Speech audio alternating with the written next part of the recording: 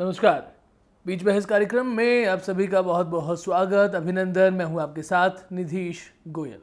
आज हम जिस मुद्दे की चर्चा करने वाले हैं वो जनता के विश्वास से जुड़ा है। अभी सुना हमने देश के प्रधानमंत्री ने लाल किले की प्राचीर से स्वतंत्रता दिवस पर क्या कहा। उन्होंने जिन पंच प्राण की बात की, और जब मैंने प्राण की बात की और जब हम प्राण की बात सोचते हैं तो वो प्राण अगर जनता में अविश्वास पैदा करने लग जाए, यानी कि कानून व्यवस्था, और कानून व्यवस्था की बात अगर राजस्थान की प्रदेश की दृष्टि से देखा जाए तो यहाँ पर कानून व्यवस्था की जो स्थिति है, जो बदहाल स्थिति है, और रोज कुछ ऐसे कारनामे सामने आ रहे हैं जहां ना सरकार की नजर जा रही है और किसी न किसी कारणवश, शायद ये सरकार की बदनीयती है या कुछ और, पुलिस की नजर भी नहीं जा पा रही है। इन्हीं सब बातों पर चर्चा करने के लिए आज हमारे साथ हैं भारतीय जनता पार्टी के प्रदेश अध्यक्ष डॉक्टर सतीश पूनिया जी। डॉक्टर साहब, आपका बहुत स्वागत। धन्यवाद। सतीश जी, जब हम कानून व्यवस्था की बात करते हैं तो ये एक विश्वास से जुड़ा हुआ मैटर है, और जनता को हम जनार्दन कहते हैं, और जनार्दन के साथ में करीब फरेब और धोखा नहीं कर सकते। लेकिन जिस तरीके से पिछले कुछ समय में लगातार ऐसी घटनाएं सामने आ रही हैं जो घटनाएं लोगों के विश्वास को हिला देती हैं और उन्हें एक परेशान करने पर मजबूर करती हैं। हम विश्वगुरु भारत की बात करते हैं, लेकिन अगर राजस्थान जैसे देश, राजस्थान जैसे प्रदेश में जहां शौर्य की, पराक्रम की परंपरा रही है, ऐसे में यहाँ उन महिलाओं के साथ में ऐसी घटनाएं होती हैं तो महिला सुरक्षा के नाम पर, या एक शांतिप्रिय प्रदेश की स्थिति में जाने जाने वाला हमारा प्रदेश किस कारण से, क्या ये उन लोगों की परेशानी है जिन्होंने ये काम किए हैं, या उस सरकार की परेशानी है जो ये कामों को होते हुए भी देख नहीं रही है या देखना चाह ही नहीं रही है? देखिए, वो समय तो अब चला गया कि जब घरों के दरवाजे नहीं होते थे, यानी चोरी नहीं होती थी, अपराध नहीं होता था। अब हम लोग भौतिक युग में हैं, लेकिन इसमें भी अलग अलग प्रदेशों की अलग अलग परिस्थितियां और उनके कारक होते हैं। हम लोग किसी ज़माने में सुनते थे, उत्तर प्रदेश और बिहार का नाम आता था कि जहां सरेआम किसी तरीके से कभी डकैती हो गई, कभी हत्या हो गई, जातिगत हिंसाएं हुई। चुनाव में सुनते थे, रेडियो में सुनते थे कि यहाँ मतदान हुआ, इतने बड़े पैमाने पर इस तरीके से हिंसा हुई। राजस्थान इन सब से अछूता था, और राजस्थान की जो खूबसूरती भी थी और राजस्थान की जो साख थी, ताकत थी, वो यही माना जाता था कि राजस्थान एक शांतिपूर्ण प्रदेश है। और यही कारण है कि राजस्थान में मॉन्यूमेंट्स के कारण नहीं, शांति के कारण भी, यहाँ की जो पीस थी उसके कारण भी टूरिस्ट अट्रैक्ट होता था। यानी सीधे से इकोनॉमी से भी जुड़ा मसला है। लेकिन अब ये प्रदेश की जो आज जो स्थिति है, मैं केवल राजनीतिक व्यक्ति हूँ इसलिए नहीं, मैं एक आम आदमी की तरह, लेमैन की तरह भी एनालिसिस करता हूँ, और उसके लिए कहीं मुझे राजनीतिक रूप से कोई सियासी आरोप की आवश्यकता नहीं है। नेशनल क्राइम रिकॉर्ड ब्यूरो के पुलिस के प्रतिवेदन अपने आप में कहते हैं कि 7,41,000 मुकदमे दर्ज होना, ये राजस्थान की सरकार की कानून व्यवस्था की, अपराध नियंत्रण की वानगी पेश करता है। इतने बड़े पैमाने पर 3.5 साल में किसी सरकार के कार्यकाल में ये सबसे बड़ा आंकड़ा अब तक का है। ये तब है जब 2018 के घोषणा पत्र में सरकार ये भरोसा देती है कि हम जन सुरक्षा देंगे। जन घोषणा पत्र में जन सुरक्षा का वायदा अब मुझे लगता है कि वो हवा हो गया, और बहुत दुर्भाग्यपूर्ण है, चुनौतीपूर्ण है कि राजस्थान की साख को भी एक धक्का लगा है। राजस्थान की आर्थिक प्रगति को भी इससे तकलीफ होगी, क्योंकि निवेश आएगा तो भी यदि शांति होगी, सहूलियत होगी तो आएगा, पर्यटक आएगा तो भी इसलिए आएगा। तो मुझे लगता है कि एक समग्र तरीके से यदि आकलन करें तो प्रदेश की इस समय की जो ज्वलंत समस्या है, जो बड़ी चुनौती है, वो राजस्थान की कानून व्यवस्था है। एग्जैक्टली, आपने जो बात कही कि राजस्थान की कानून व्यवस्था इस प्रदेश की समय की बड़ी चुनौती है, कैसे पार पाना होगा इस चुनौती से? हालांकि उस घटना के बारे में अभी बहुत सारी चीज़ों का इन्वेस्टिगेशन होना है, लेकिन एक लंबी फहरिस्त है, और ये कहा जा सकता है कि जो अभी कांग्रेस की अभी मौजूदा राजस्थान की सरकार है, अल्पमत की सरकार है, 0.5% के अंतर से बनी, उसमें अनुसूचित जाति और जनजाति का एक बड़ा योगदान सरकार के गठन में था। बहुजन समाज पार्टी ने समर्थन दिया, बाद में वो मर्ज भी हुई। जो निर्दलीय विधायक थे उसमें भी अधिकांश कुछ ऐसे थे जो इसी वर्ग से आते थे। आज 43% बढ़ोतरी जनजाति और अनुसूचित जाति वर्ग पर सबसे ज़्यादा उत्पीड़न हुआ है। जो घटनाएं लगातार हुई हैं, जिस प्रदेश में महिलाओं की सुरक्षा पहली प्राथमिकता होती थी, महिलाओं को सम्मान के साथ जाना जाता था, जो महिला पर्दा इसलिए करती थी कि समाज से उसका संकोच होता था, आज 18 बलात्कार प्रतिदिन होना, 7 हत्याएं होना, और उसके बाद एक लगातार के बाद लंबी फहरिस्त है कि जिसमें खास तौर पर अनुसूचित जाति और जनजाति तबके में ये दूसरे पायदान पर है। यानी महिलाओं के अपराधों के मामले में, उत्पीड़न के मामले में राजस्थान 1 नंबर पर है, और जनजाति और अनुसूचित जाति वर्ग में उत्पीड़न के मामले में दूसरे स्थान पर है। यानी राजस्थान की सरकार की, क्योंकि ये मान लीजिए कहीं कोई सामाजिक विकृति का जिक्र करेगा, लेकिन समाज आज शासन से ही चलता है, शासन की नीयत से चलता है, उसके इकबाल से चलता है, उसके रुतबे से चलता है। तो ऐसा लगता है कि सरकार की संवेदनाएं इस रूप में कानून व्यवस्था को ठीक करना और कमज़ोर तबके को सुरक्षा देना, ये उनकी प्राथमिकता ही नहीं है। दूसरा बड़ा कारण ये हो सकता है, जिसमें कानून व्यवस्था से जुड़ा मसला है और इन वर्गों के अधिकारों की और इनकी सुरक्षा से जुड़ा हुआ मसला है। आज भी मान लीजिए कोई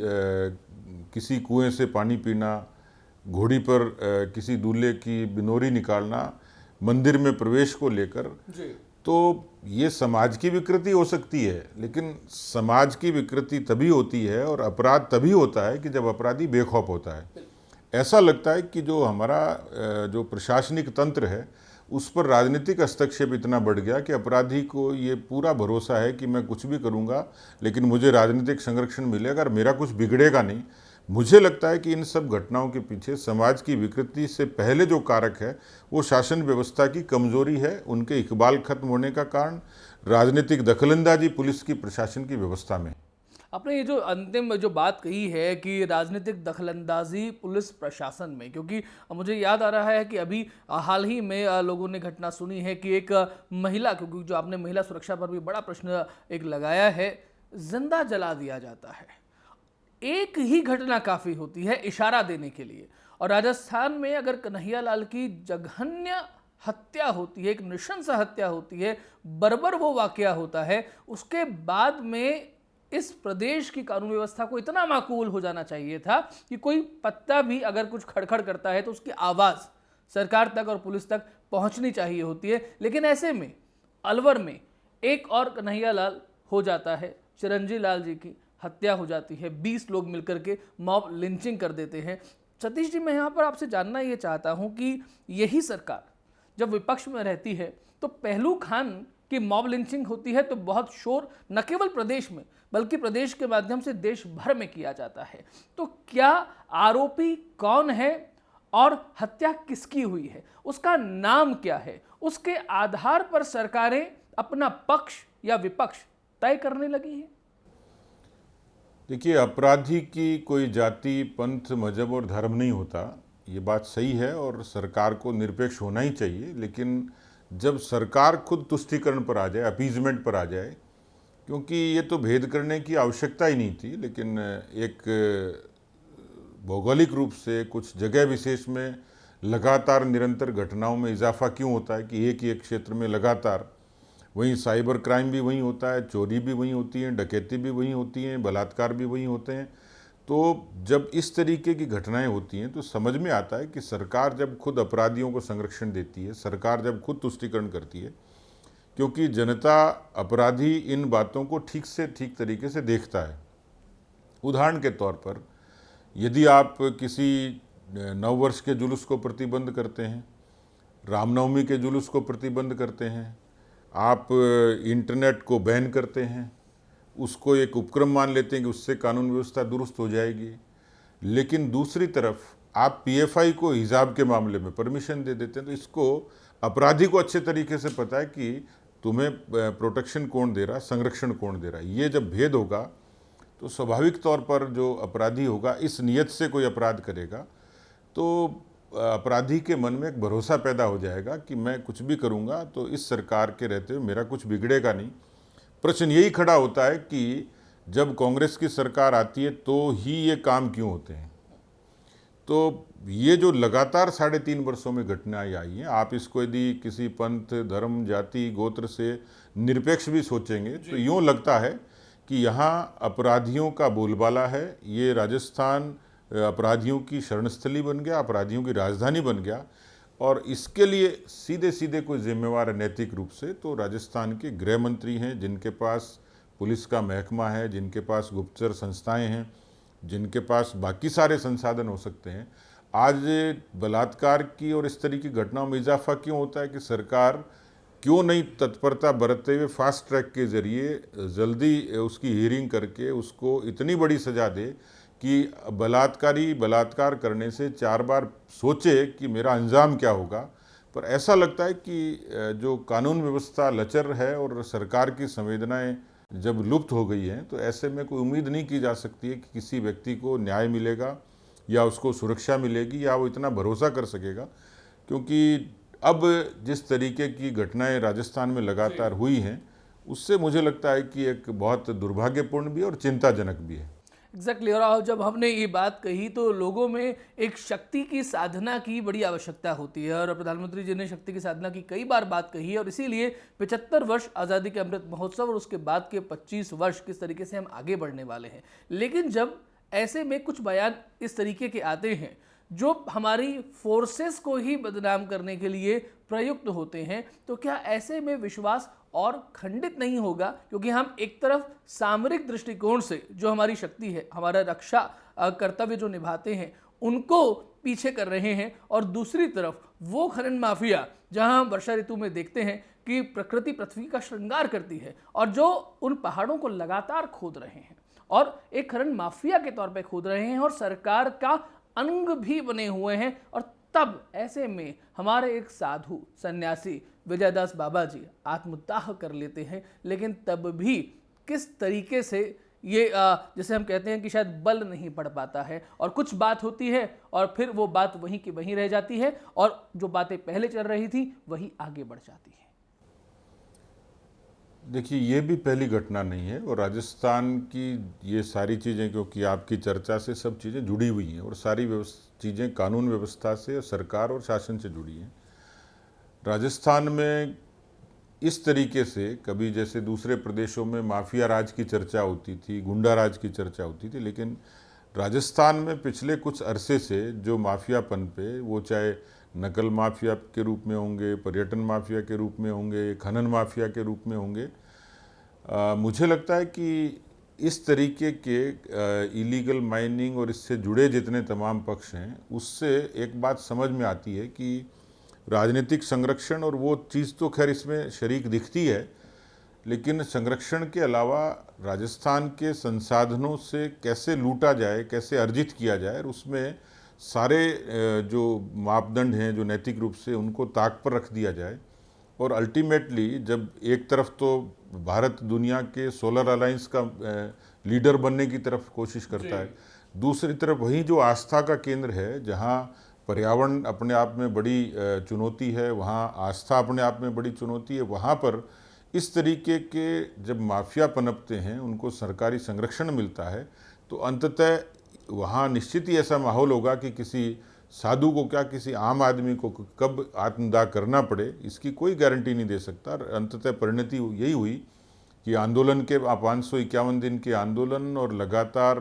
प्रशासन से वार्ता, उनसे डिमांड, ये सब होते होते भी परिणति एक संत की आत्मदाह से होती है। ये घटना समाज के और सरकार की आंख खोलने के लिए यूँ तो पर्याप्त है, लेकिन ऐसा लगता है कि जो राजनीतिक संरक्षण और जो अनैतिक तौर पर संसाधनों का दोहन सरकारी संरक्षण में होता है, उसकी एक वानगी है कि पर्दे के पीछे कितनी कहानियाँ होंगी, कहाँ यदि उसको ठीक तरीके से इन्वेस्टिगेट किया जाएगा तो कितने लोगों के यहाँ आर्थिक हित यहाँ इस पहाड़ियों से जुड़े होंगे, इसे कोई नहीं कह सकता। तो मुझे लगता है कि इस सरकार के इस कार्यकाल खंड में जिस तरीके से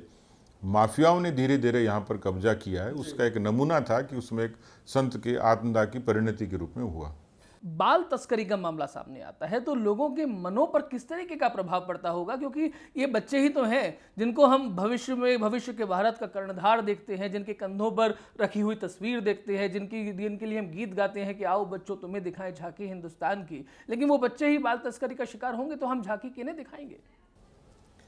ये चौंकाने वाली बात थी कि और कल्पना से परे थी कि इस तरीके से